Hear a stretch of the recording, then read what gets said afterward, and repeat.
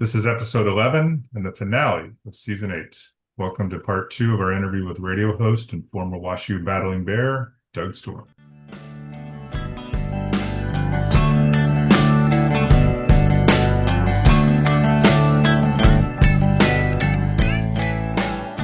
But I think I'm going to transition us to a quintessential Doug Storm playlist, which is sort of an anti-playlist or three or four playlists merged into one or something that I don't fully understand.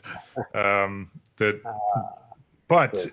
what has happened with us with this when we've had these more open-ended ones, I feel like we've made some really awesome playlists. So Well, I I hope think so. we're gonna try to do the same thing with our buddy Doug. All right. Tom, do you want to do any more intro to what we have? No, I will agree that we were confused, Doug. There were lots of themes. There was a point where I felt like you were suggesting we just mash all the themes up together, and I think that's what we ended up doing. Um, Yeah. Cool. but I say let's just roll with it. And Yeah. as we've done in the past, we're going to prepare this as a special playlist. We will post it on where you stream your music, Spotify and Amazon, etc. And as is always the case, our honored guest goes first. So Woohoo. we're going to let you give us your first song, tell us why you gave us your first song, and then we're going to hold on for dear life and see if we can add some to this playlist. Oh man. Okay. Well, I think that originally I had suggested about, as you said, four or five things, and said I could go in any direction. And this is generally because of the radio show. It's expanded my own musical awareness. I will not say knowledge or understanding, but awareness of certain genres I hadn't listened to before, and how that they have their own interesting history and can teach you about not just music, but about the history around the music as well. So that's why they ended up being so important to the radio show. So, but I thought I'd start with an REM song simply because that's again our era in a lot of ways. I didn't start Yeah. listening to REM. I would say I was going to say late in REM's oeuvre, but it's probably not too late. I think Ken Whitmer introduced me to REM at the Hmm. time. I hadn't really Ah. heard of them before, and it was probably Murmur or Reckoning at the time. Two great albums full of mumbling songs, but I chose Exhuming McCarthy as my first song here because my I guess final intent on these songs were that they be somewhat political, even if you didn't think they were political or didn't know that they could be political. Again, we think about trying to interpret things, how we listen to them, especially if they're popular. Like you just kind of listen to them and you don't really think, oh, what's that Right. mean? Or what are those lyrics about? Document is like an album full of political songs. And I had chosen several REM songs for one of my favorite radio interviews and programs, which was called The Poison Makers, which is about really, again, pollution, liberal politics or liberal modernity, where we sort of outsource our pollution and allow corporations to become wealthy, especially corporate owners.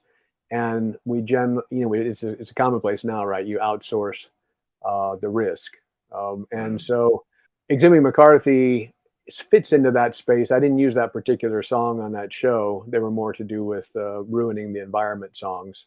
So, um, but Exhibit McCarthy is just, hey, we're in an era, and it's even more apparent now. We've exhumed McCarthy, right? And this is Joseph McCarthy from the 40s and 50s, who promulgated the Red Scare, really the second Red Scare, and made use of it for the House Un-American Activities Committee, and pointed fingers at quote unquote commies in the government, et cetera. And this is, backed by Richard Nixon as well, which is always important to keep in mind. And the mafia, believe it or not. Lots of interesting things. So anyway, that's my first song, Exhuming McCarthy, by REM off of Document. Awesome. Christopher? So one of the other themes that you suggested, and I think this may still play out, is Uncle Tupelo.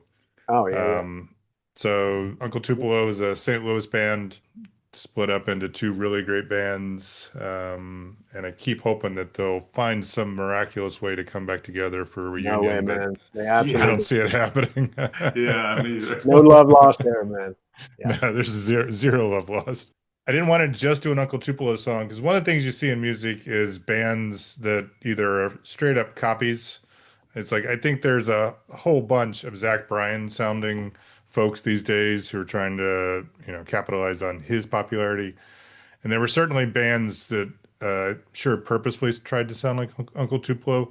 There are others that I think are unique enough, but like the lead singer's voice or something about it just pigeonholes them, whether they want to or not. And one of my favorites of a band that never quite saw what I thought they deserved was a band called Say Zuzu, and their song that I chose is called Fourth of July and Independence Day, and they have some really fantastic breakup songs. This is a really cool small town feel about a parade and the disillusionment a little bit with America, even thinking back to those small town parades and what Yeah. they meant to the person as a kid or as a young person, and then not feeling that way anymore. So it's not hardcore political by any No, means. that sounds good. It's a really good song. Uncle Tupelo-ish. They've just reunited, not them, not Uncle Tupelo. Say Zuzu has reunited, come out with some music. They had an album a couple years ago that, all right, the latest one sounds much, much better. So I have hope that they might be able to, put out some stuff that's worth listening to. But check out Independence Day, or you will, on our playlist by Say Cool. Zuzu. That's you, Tom. Great. So I decided to go with the master of the hidden political song, not always hidden, certainly the master of musical satire from 1972's Sail Away, Political Science by Randy Newman. Oh yeah. It is the most kind of satirical, tongue-in-cheek song you can imagine, except that now if you listen to the lyrics, you can actually hear the current administration just issue that as a press release. Yeah. It's basically about bombing the shit out of everybody and taking over the whole world. It was supposed to be kind of a sly, satirical, reference to the administration back in the 70s.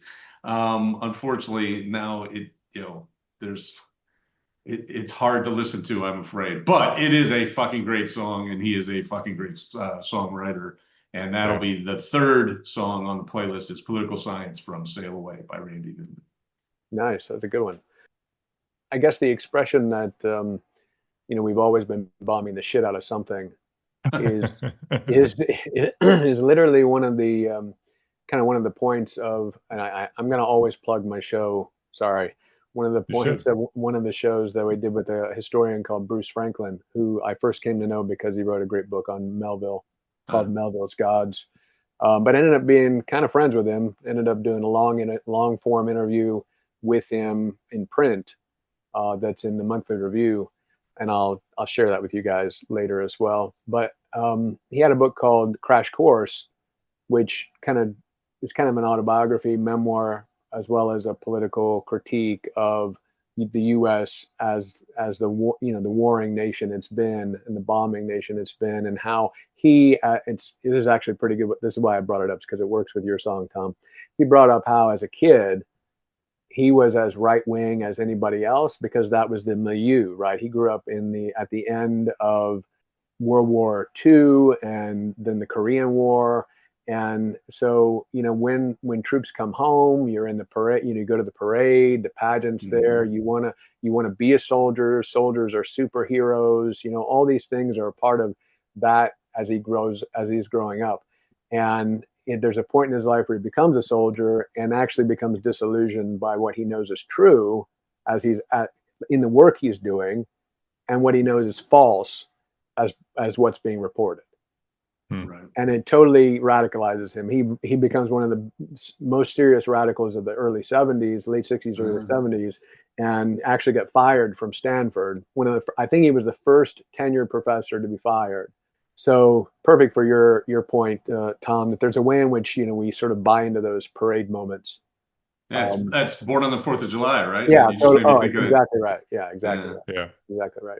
So, and I'll just piggyback real quick again on since Chris, you did bring up Uncle Tupelo, I'll go ahead and Yeah. recommend for our next song, "Graveyard Shift" by Yes. Uncle Tupelo. Great one. I use this in a show called Teach a Man to Fish, which is about working in a factory, basically, and a sort of memoir of an activist working in a factory and trying to talk to the laboring, people about what it means to organize, what it means to, try to work without the idea of working for the boss or working only for money, and trying to work together towards a different kind of organization within those manufacturing situations. So it's an interesting story. It actually takes place in, I don't think it may be Gary. It's in Gary, Indiana. The book is set in Gary, Indiana. So that might be interesting to some people.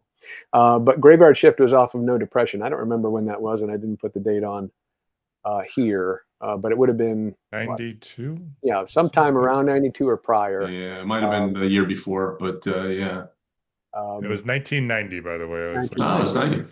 Thanks. All right. Well, I still seem to be ahead of Doug, because another theme that he suggested was songs that reminded you of your first kiss. Oh, nice. And this one's, I'm actually pulling together a bunch of themes. I chose a song called I Will Never Be Normal After This by Bill Maloney, who's the lead singer of the Vigilantes of Love. Bill Maloney is one of my favorite songwriters. If he's been compared to Dylan and others, he's easily the most brilliant religious songwriter. And he has some stuff that's really deeply religious, and he has stuff that's just sort of skirts around it. This is one of his prettiest songs. It's also a criticism on society. It's talking about we have drugs help us see God, and there are drugs for when we're depressed, and there are drugs that make you harder still for when you get undressed. I love his little play on words there. But he says, this is about the kiss, the person he fell in love with. Yeah, it could have been your eyes, but I suspect it was your kiss. Honey, I'll never be normal. Oh, after this, after Oh, this. cool. So it's a really cool song. I would encourage you to check him out. He's one of those guys. I don't know what ended up happening. He ended up setting up his own website, and you can subscribe, and he'd release new music all the time. It's really hard to find his stuff, but I did confirm that this one's on our various streaming services. Nice. Awesome. All right, number 6 on the playlist. I did kind of just go political, and I went with, as far as I'm concerned, the current dean of singer-songwriters coming out of the United States anyway, Jason Isbell from the Nashville Sound in 2017. He's written a lot of political songs. This album in particular, though, has 2 or 3, and I had trouble deciding which one. But I chose the song Hope the High Road, which now that I think about it, I think I wrote a blog about it last year sometime, because I feel like that song, it hasn't changed meaning, but the feeling you get when you hear it is different. It was very optimistic when I first heard it, and it feels more like a cry for help these days than it did when it first came out. But it is Jason Isbell, at his best in terms of his turn of the phrase. And I'm a huge fan of Isbell and Drive By Truckers, the band he came from before that, which is also a very political band when it comes down to it. But that'll be the 6th song, is Hope the High Road from the Nashville Sound by Jason Isbell. Nice. Which brings us back around to you, Doug. My next song is Silicosis is Killing Me, which I hadn't mentioned before, but it's by Josh White, and it's a blues song specific to the era in which it was written. So silicosis was I guess, a disease that was contracted through working around silica in a mining camp.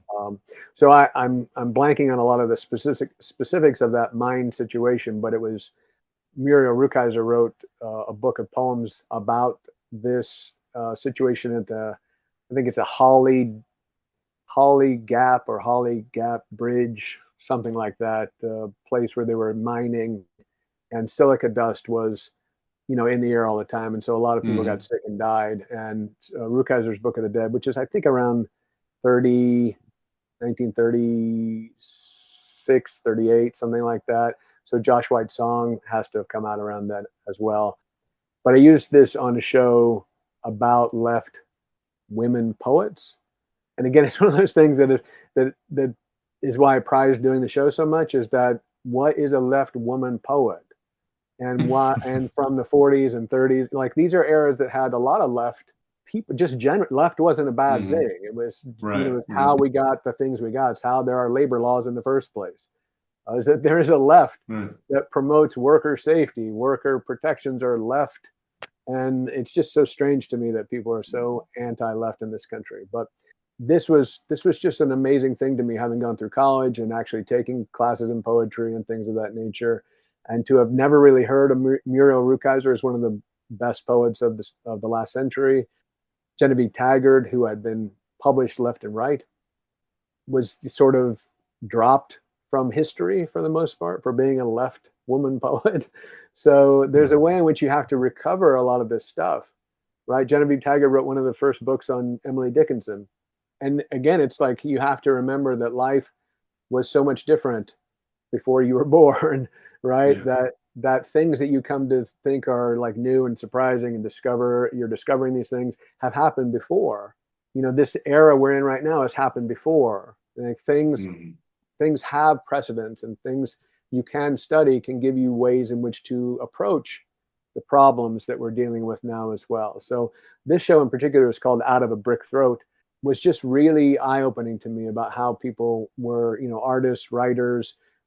We really just erased them in our history, Mhm. literature, politics, etc. These women are not known. Martha Millett was a poet that was writing a book about Ezra Pound, who was at the time a well-known fascist, and yet he won the Bollingen Prize for poetry in basically the same year he was like tried for treason. So we've got this weird Dr. Jekyll, Mr. Yeah. Hyde. Maybe that's probably the best way to, or the most generous I can be, that we do have a good side. Yeah. Anyway, sorry. Yeah. Silicosis is Killing Me by Josh White. I'm a Josh White fan since I was like 10 Oh, years nice. old because it was in my folks' album collection. Josh Oh, White nice. Nice. stories. It's so That's funny. I cool. can hear those songs. I was a weird kid as far as my friends were concerned. I can remember being at a birthday party and Totally. putting that album on, and they were like, "What the?" It was like an Yeah, old like yeah, slave song, and they're like, "What the hell are you playing?" Yeah, I cleared out the birthday party with that one. All right, once again, not quite in sync with the Doug multiple themes. I was hoping he'd pick a jazz song. He picked a blues song. So I picked a song that mentions jazz. yeah. Nice. And it's not one of Tom's favorites, but I still like it. It's called Jazz and Cinnamon Toast Crunch by Micah Schnabel, who's the lead singer of Two Cow Garage. Mm, They're one of my favorite bands that he's going in a little bit of a different direction than I really like right now. He's more of a talker than a singer, mm, but I still love this song. It's a spoof on everything, including religion. He talks about how he loves to misquote Bible verses just to piss people off, and it's just it's a cool song, indicative of his current style. He's starting to write much more political stuff. So Micah Well, Schnabel's Jazz and Cinnamon Toast Crunch. all right. So my pick, the ninth pick on the playlist is ironically, or maybe coincidentally is the right word, is a Uncle Tupelo-ish band, a mm, band called Starkweathers that really didn't amount to much. I think they have one 5-song EP and a couple singles maybe that came out around the same time. Definitely, I think they're actually from Southern Illinois. They're definitely influenced by Uncle Tupelo and may have in fact been doing the same shows in the same places around the same time. But they are, Starkweathers is definitely a more political band in that sense. And there's a song from a 5-song EP, which I think is just called Starkweathers, called Burn the Flag.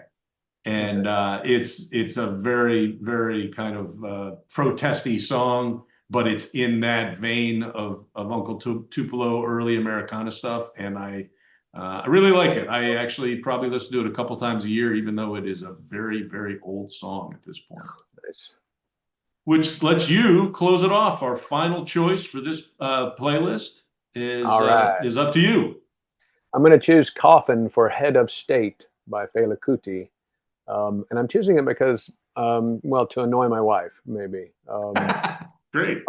Yeah, I was going I to choose respect Attica. that. Yeah, I was gonna choose Attica Blues by Archie Shepp. And if you don't know that song or that album, you should know it. So there, it's not on the playlist, but Attica Blues is one of my favorite songs by Archie Shepp. Now, Coffin for Head of State by Fela Kuti. I did a couple shows on political songs basically, and we did focus on Fela Kuti, who was basically all politics all the time, mostly because he kind of had to be in Africa. I spent time listening to this music over and over and over again, and it's the kind of music that just gets sort of inside you.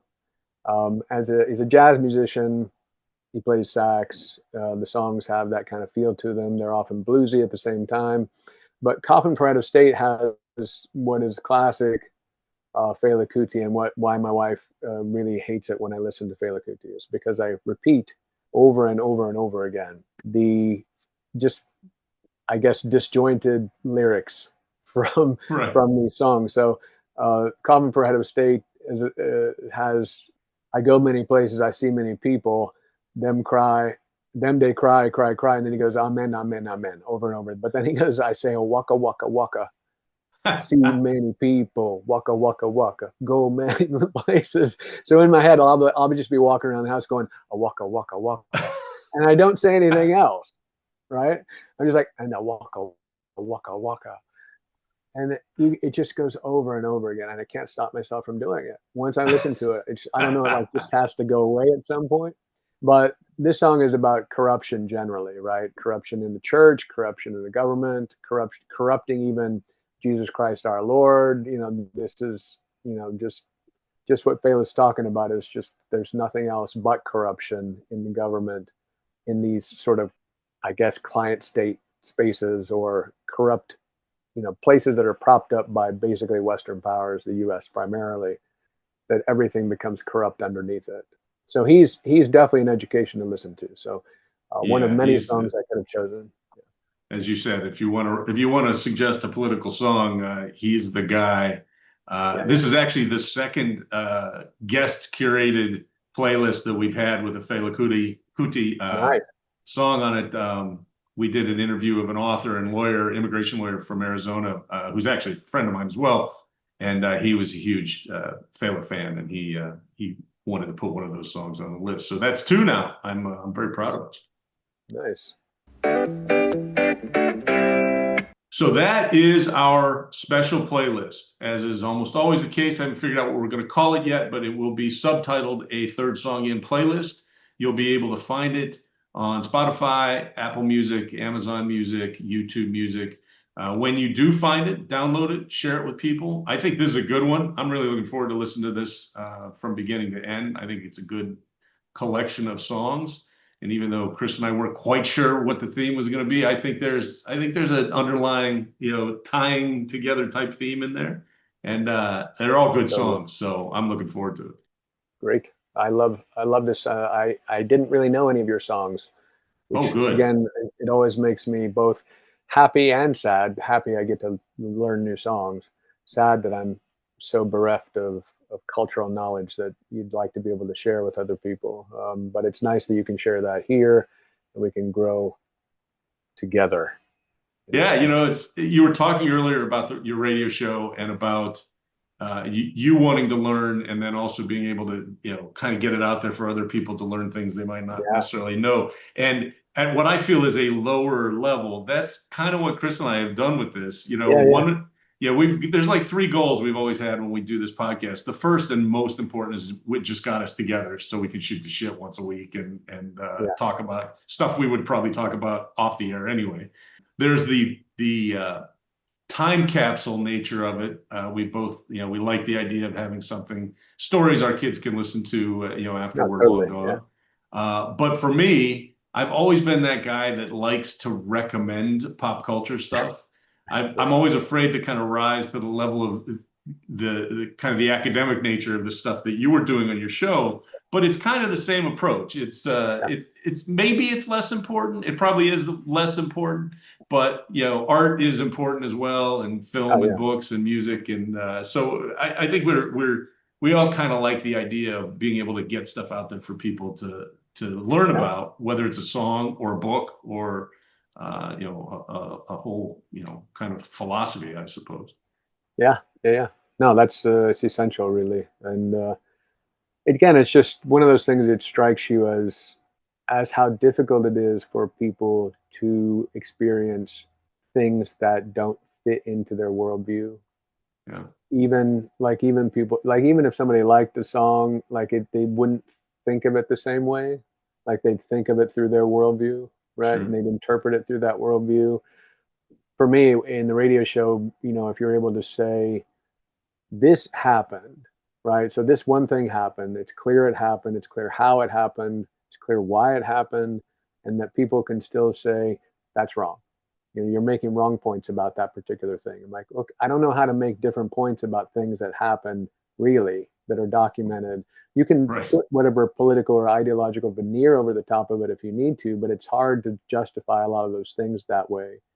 They Right. wouldn't have happened if not for X, right? There, you just I'm always just surprised at the inability for people to think that their worldview is not only wrong, because it's hard to accept those things, right? It's not only wrong Sure. but harmful, right? Right. It's because you can't be wrong or evil to yourself. Like, you just can't say to yourself. I mean, there are obviously psychopaths or sociopaths who can say those things. I'm happy to be evil, or what.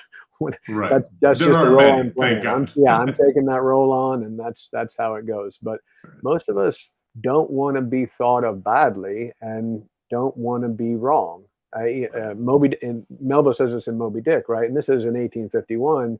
If somebody is told they're wrong, they're going to double. Melville didn't say double down, but they're just going to be harder to Yeah. talk to after that, Yeah. right? Yeah. Boy, They're you hit not. that on the head. Yeah, you defend who you are and how you think, no matter what. Yeah. And to be able to just say all things are provisional, right? All things require context. My own thinking is contextual. Right. I bring a context into every conversation that I have to either ignore the current context and make use of my old context, or I can let it bleed into something else and let that other Right. thing help me Actually change evolve. my worldview. Yeah, yeah, Yeah. yeah. Yeah. It's such a really important thing to do. How it happens is beyond me. Like that was my goal with Yeah. the show, is to, if anybody listens to this, maybe it will help them go to this history, this book, and think better about other people.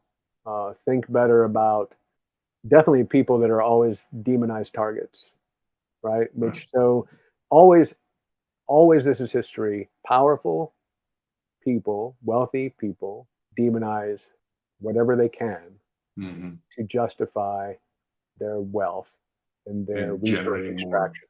Yeah. Yeah. Yeah.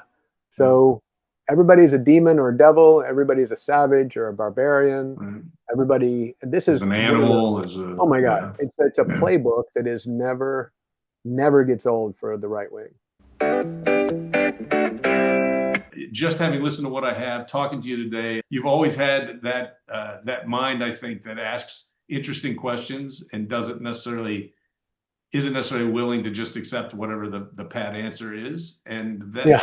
we need those voices, man. I think it'd be cool if you'd find another place to do that, and find the time and be able to do Right, right, right. Well, I think that's the key. I mean, for me, it was I think having the idea that it would be a radio show was what stopped me from it, because that requires a very strict schedule. it. Right. And I didn't want to, and really, to be good at it, Tom, takes a lot of effort. I Yeah, mean, I'm sure. I'm so, sure. it isn't just reading your guest's book, but also trying to read any critique of your guest book, or trying to read other books that are in the same space, so you know that you're not trying to be like, you're not narrow, and you're not like, it sometimes makes you sound like you're as expert as the guest, Right. right? And Well, that's that's not what not what you want to well, do. yeah, but we're leading into. I have a lot of questions about that because Yeah. our my experience, Chris and my experience, and what we do is just different, and the amount of preparation is clearly not as Yeah, high for getting a guest on a pop yeah, culture podcast where we're just telling stories. yeah, But I'm very curious about that stuff because I think what I listen to of yours is obviously very professional sounding, and I think there's a having been involved in production now and post-production stuff. There's a lot of stuff I think might be interesting to talk about. But yeah. Absolutely. unfortunately, we do want to keep this to an hour, so we'll probably Yeah, do that yeah. on another date. Well, I'd But love to do it if you want to do it. You bet. awesome, that would be great. That'd be fantastic. Next up is staff picks. Just around the corner from you. So we're going to, as we usually do, we're going to make some recommendations of stuff that's either out recently, coming out soon, or every once in a while stuff that was out and we just didn't know about it. I'm going to give you my staff pick. It is a song and an artist that was recommended to me by my son, Jake. He has recently been listening to a lot more Americana style stuff. I think mainly because he's also trying to teach himself to play guitar and sing, and he only has a voice for Americana. He's actually got the kind of voice I like to listen to, so we'll see if he keeps at it. But he recommended a song called We Ain't All That Different. It's a single only that came out. It's from a guy named Nevi, Nevi. He's a Texas singer, songwriter, performer. You see people describe him as Americana, but I've also seen him described as a hip hop artist and as a singer songwriter. And if he's got a handful of songs that you can find, out there online, SoundCloud, and wherever, also a little bit on Apple. And he really does kind of run that range. He's got a couple songs that sound very country-ish Texas singer-songwriter sounding, and then he's got other stuff where he is rapping or at least singing along with hip-hop tracks. So I really like him. Never had heard of him before Jake recommended him, and I think it's a good staff pick. I would recommend that you guys all take a look for Nevi, and in particular the song We Ain't All That Different, which, by the way, is a very political song. It's very much him talking about a white kid in his neighborhood whose dad won't let him play with him because Nevi is, I assume he's Hispanic. I think he's Latino. But the song is him comparing his dad to the other guy's dad and how similar they are as what is clearly like lower income or low middle income people. One of the lines is your grandpa or your daddy's daddy was a cowboy. My daddy's daddy was a cowboy too. And it's that kind of thing, and it's just real catchy, and he's got a great voice, and I recommend it. I think he's going to be bigger than he is right now. And you and I had chatted about that song before you made the recommendation. I listened to it, and I fully agree with you. Great choice. Yeah, he's got a ton of potential, that kid, I think. Yeah. I was running ahead of Doug throughout the episode, hoping that he would choose something that I could then riff off of, but he didn't. But if you go back and listen, Doug did mention the Red Scare, and my staff pick for the week before before Doug uttered that phrase is an EP called Red Scare Across Canada. And Red Scare, what is the name? Red Scare Industries is a record label up in Canada, and they're sponsoring a tour involving Brendan Kelly and the Wandering Birds. I'm probably going to pronounce this wrong because this band's from France. Gorilla Poubelle, Sam Russo, who I like quite a bit. He's from England. And then an American band called In the Meantime. So they put out an EP to highlight or kick off the tour. It's pretty solid songs on there. I love the political implications. The cover for the album is awesome. But my favorite part is the little promo that they put out.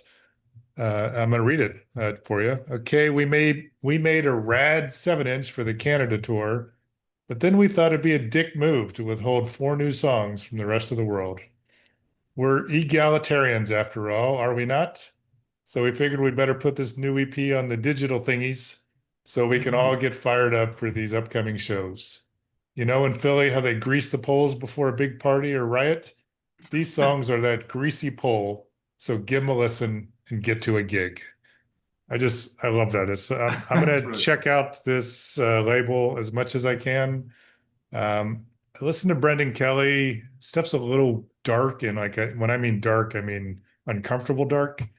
So I may not stay too much with him, but I love Simmer, so I'd strongly encourage folks to check out his music.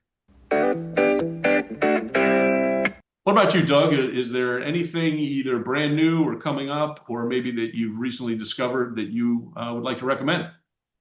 Yeah, well, what I've discovered, Tom, is that I reread everything that I didn't realize I was rereading until I've discovered my own notes in the book I was rereading. So it's one of those things that happen where I think is maybe cyclical in my own life, where I will have read a bunch of books by a certain author, and 20 years will pass. And I think sometimes it has to do with life. Like if my life is a certain way, I'll go back to those same authors. I don't know if it's a security blanket thing, where you're just trying to figure out how I can kind of not be so tense or nervous about life. Sometimes I'll sort of return to a lot of those books.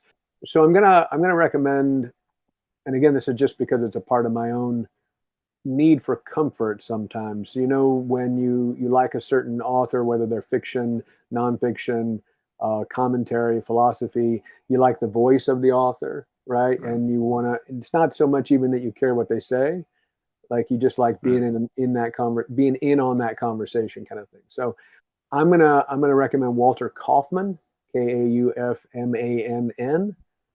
He was a guy that wrote a lot of philosophy books, a lot of critiques of philosophy, a lot of cultural books. He did a lot of kind of intellectual path books. So a book would go from Goethe to Nietzsche to Heidegger to existentialism, et cetera, and like take you through these sort of periods of thinking.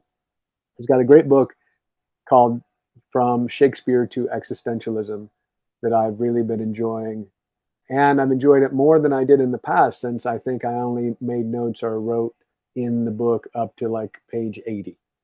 So I've advanced in my capacity to read Walter Kaufman.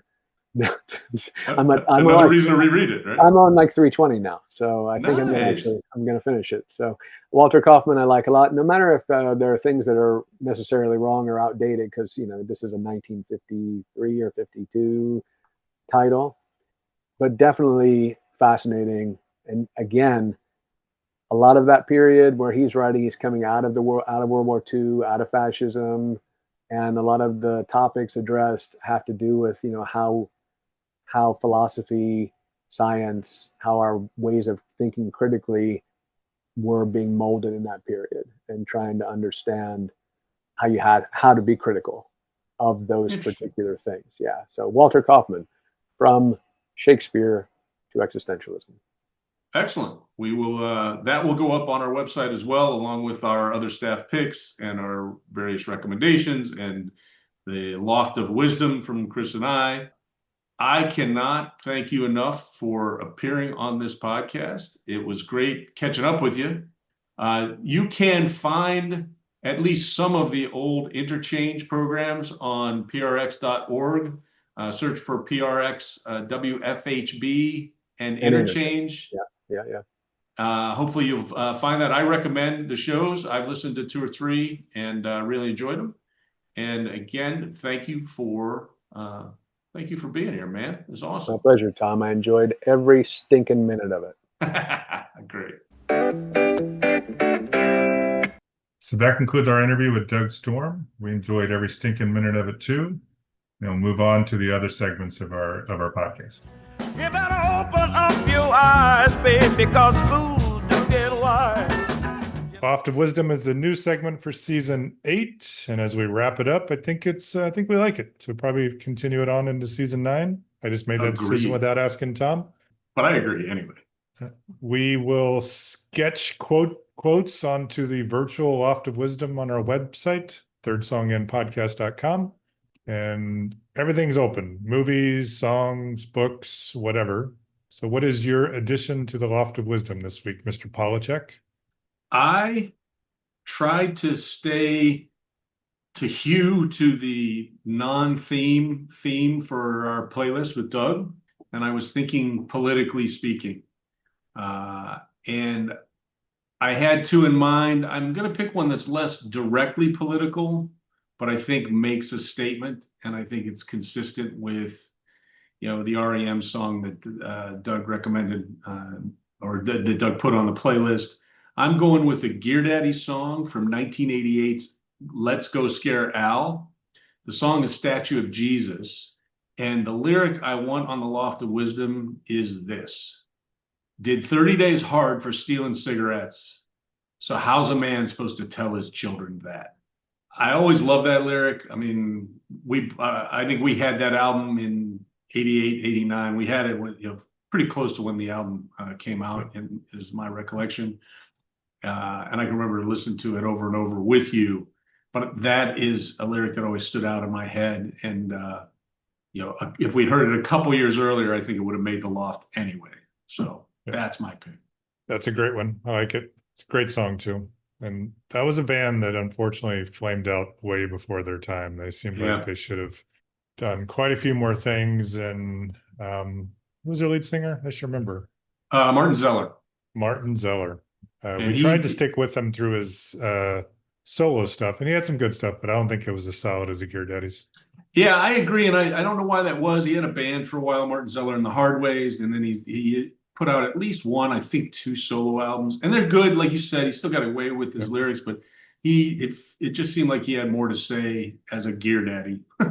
That's nice. Isn't that the way it is with all of us? Yeah, we all have more to say as a fucking Gear Daddy. All right, I'm pretty sure that I chose this song for a staff pick in a previous season, but it's from American Aquarium, a duet, which is kind of where I don't know what I get a chance to make up a word, a groupette, where it's a group and a person. It's a groupette. So they did a duet with Katie Pruitt, who I've come to like quite a bit. She did some she did a great album that I know I recommended. But from the song Southern Roots, which is an American Aquarium song on their 2024 album, it's sort of a Drive-By Truckers thing where there's pride in being Southern, but also shame in some of the things that come out of the South. And this is him re-examining his Southern roots. And the quote that I'm adding to the Loft from that song is, if there's one thing I've learned, you can't change the way you sound. You can only change the words you choose. I'm not probably catching the rhyme there, but it's still a great lyric. I've really, really come to like BJ Barham. He's the lead singer of American Aquarium. I think he's a fantastic songwriter. And I'm fascinated by the dualism of the Southern thing, which is a Drive-By Truckers thing. And if I keep talking, maybe I'll make that my quote, but I'll stick with the one I put up right there. So, yeah, I'm with you. I always kind of appreciated that part of the truckers sound, and I've really come to like American Aquarium a ton. I know I told you off air a while ago, but I've got tickets to see them here up in Chicago in a couple months. I'm really excited to see that show. And I like that song, love that quote. I think that's a good one. Next up are playlist picks. With this being the final episode of season 8, these are the last two songs that we will add to that playlist. And I think I should go first because I think your song is a great finale to the finale. So my playlist pick for this episode, which is somewhat political in nature, is the song Traveling Soldier from the album Home, which came out in 2002 by Dixie Chicks. The song itself is slightly political in the sense that it is a song about someone going away to war. And the way it's written, I assume it's Vietnam. It's probably more political in context because Home was the last album, I think, that the Dixie Chicks put out before they took it on the chin for criticizing President George W. Bush at a concert. Their whole career took a bit of a dip at that point, but they fought their way back. They continued to write and perform and make great music. They actually changed their name, again, kind of for political reasons, to the Chicks instead of the Dixie Chicks. But when it came out in 2002, the album Home was written and performed by the Dixie Chicks, and Traveling Soldier is my pick for the playlist. Great choice. That's one of my all-time, probably top 10 favorite songs. It is indeed a great story song. Yes. And I think a truly American song, which makes everything that happened after that, unfortunately, ironic. Yeah, yeah. So with all the pressure that you put on me, my choice is a song by Will Hoge from his 2012 album, Modern American Protest Music, which fits, again, right in with the theme of politics. It's my favorite song. It's a great album, by the way. It's a short one. It probably qualifies as an EP, but it is one of my favorites. It goes through criticizing from the 70s to the 80s to the 90s. There's a stanza for each one. But my favorite verse in here is, and if this song hurts your feelings, that don't mean it ain't true. Nah, it just means that we're probably singing about you. Which I think is a great line, a great way to end the album. And we're going to say a great way to end season 8 of our podcast. Absolutely. I agree. Before I forget, I want to say a huge thank you to Doug Storm for being our guest today. He's a great friend. He's a fantastic radio host, and he's one of the most intellectual people I know. I enjoyed the conversation probably more than he can ever know. So thank you, Doug, so much. You've made our podcast better, buddy. Yeah, he certainly raised the level of discourse for at least a couple minutes for us. Also, look for Doug's radio show, which was called Interchange. You can find that at prx.org. You need to search for Interchange and WFHB, which is the radio station that the shows were originally broadcast from. Third Song In is recorded in Chapel Hill, North Carolina, Joliet, Illinois, and Bloomington, Indiana. You can email us at thirdsongin@gmail.com. You can also message us directly through our website, thirdsonginpodcast.com.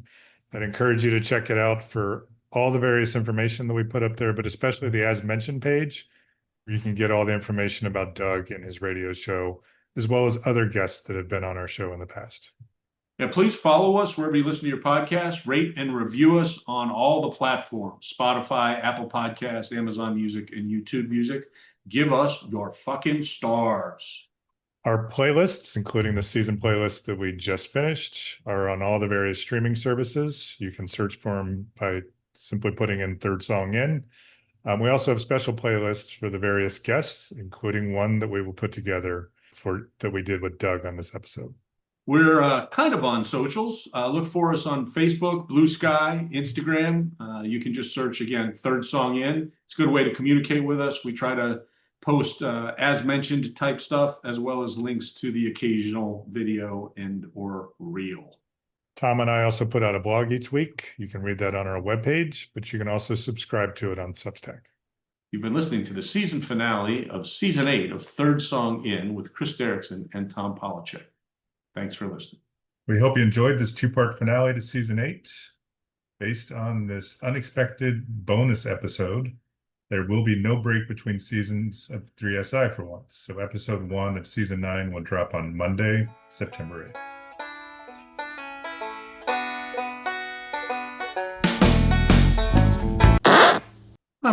All right, let's go to Loft of Wisdom. Start that again. I think I talked over you. You motherfucker.